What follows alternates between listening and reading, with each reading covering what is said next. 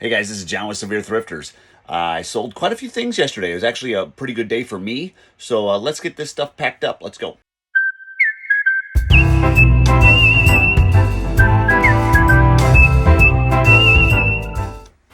Hey everybody, I gotta get everything packed up. So here's my iPad with all my numbers. So let's start digging into this stuff. Of course, it's gonna be, the first one's gonna be the tub that I'm holding my phone on. And like I said, of course, the very first tub that I've got to pull out is the one that I had my phone propped up on, so I had to move that a little bit. But as you can see, I have these bins. They're all numbered, numerical order. That's how I kind of sort everything out. As you see, I'm just looking for the range of numbers. I have a little Post-it note that's taped.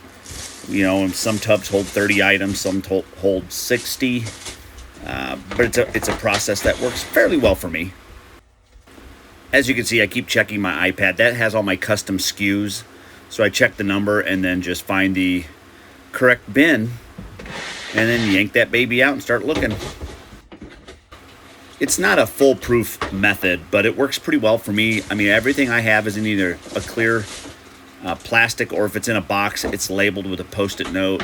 It works fairly well for me. I know I'm going to make some adjustments down the road, but for right now, I can actually pull orders pretty quickly. Well, I'm headed over to my shoe wall to go ahead and grab a pair of sneakers that I sold. You can see I pick them pretty quick. My new system, I actually very happy with it. And there's room for expansion, so that's something I am definitely glad that I did.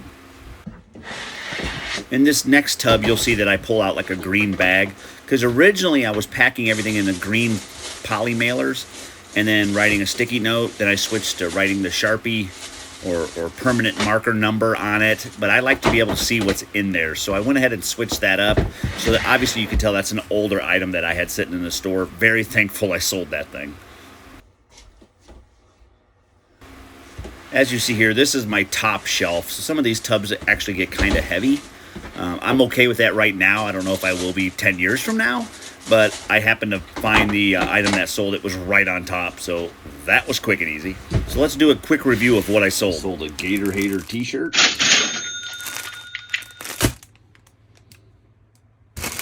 a TI 84 Plus calculator, graphing calculator, an oxygen sensor,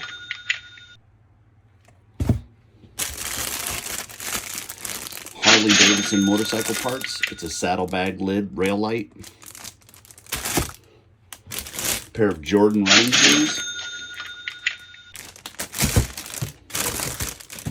This is actually a purse that I got at the bins for $1.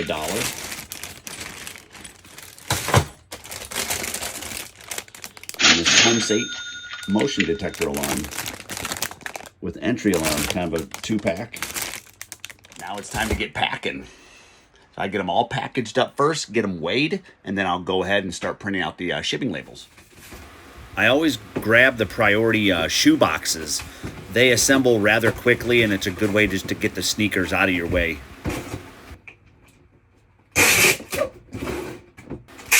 I may use a little bit too much tape, but I'm okay with that. I'd rather it be secure than insecure. And if you're not using these shoe boxes, you should be. They're free through the USPS. They measure about 15 by 7 by 6, and they're a great way to send all your sneakers.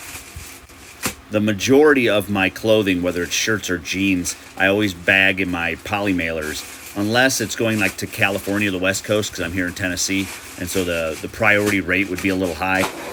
They measure 16 by 14. They're very versatile poly mailer. I use them for a lot of different things, so you might want to get yourself some of those.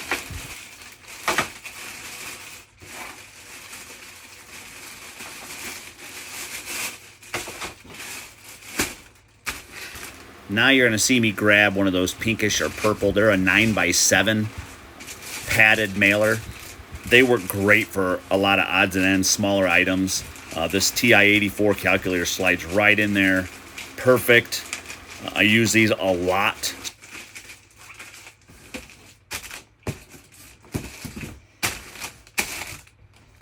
And I have these 7 by 4 by 4 little folding shipping boxes. I can't remember what I bought them for, but honestly, they work great for a lot of these odd-sized items. I don't know if it's something that you need to run out and buy, but I have actually found a lot of use for them. Not to say that I'll continue to keep buying those, but they work really well for me right now.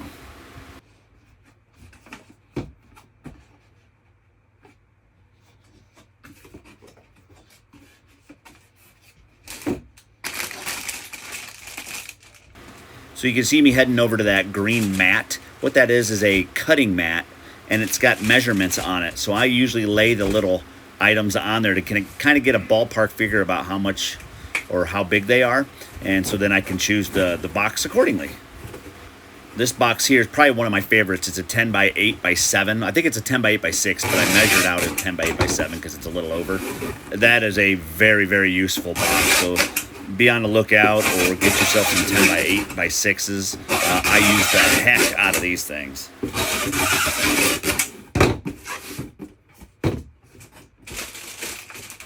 Just a quick test fit. It works. And on to some bubble wrap, which I actually get mine from Bubble Boy or American Bubble Boy. It's a great deal for that stuff. I mean, it's pretty hard to beat unless you're getting it for free. But I go ahead and just roll this baby up a few times.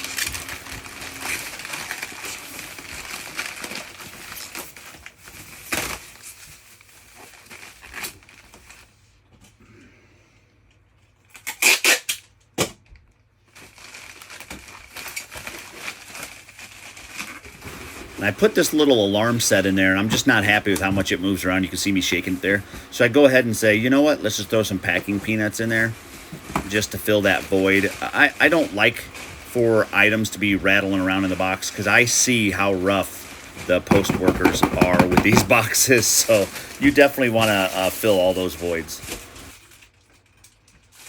Next up is this Harley-Davidson light kit.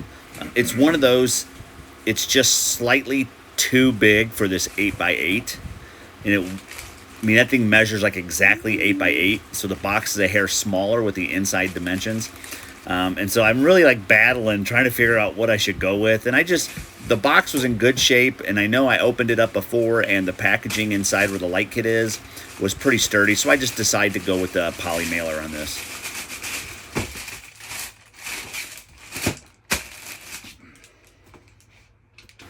Now it's time for me to go ahead and get everything weighed. You'll see me reach and grab my Sharpie marker. And what I do is I'll weigh everything on the scale. And after I get the weight, I will write the number or the amount of ounces or pounds on that little tear-off seal that's on each of those poly mailers, the one that you rip off and the sticky side is on the bottom side of it.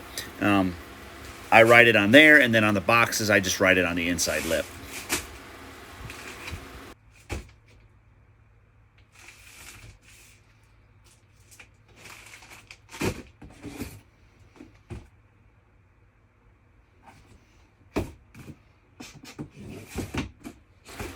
Most shoes weigh in at right around 2 pounds. On occasion, I'll hit a 3 pound, but for the most part, you can pretty well guess at 2 pounds with shoes inside a box, unless they're like Doc Martens or something that they're really, really bulky.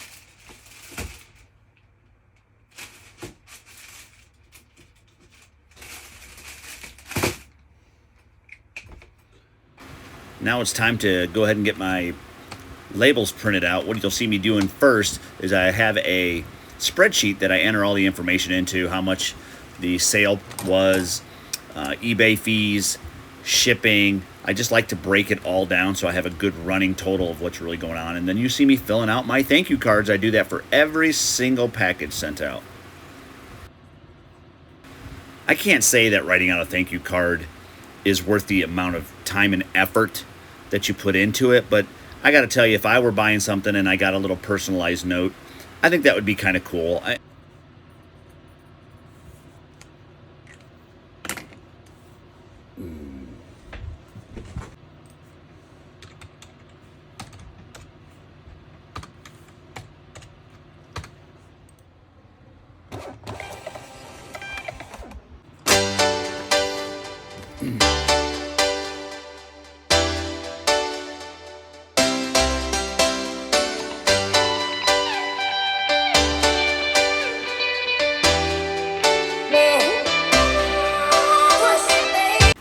Now it's time to get these babies sealed up and shipped off to the post office. So I'm going to go ahead and throw the thank you note inside the package, close it up, put the shipping label on, and stack it to the side because I've got a few whatnot orders I've got to package up as well.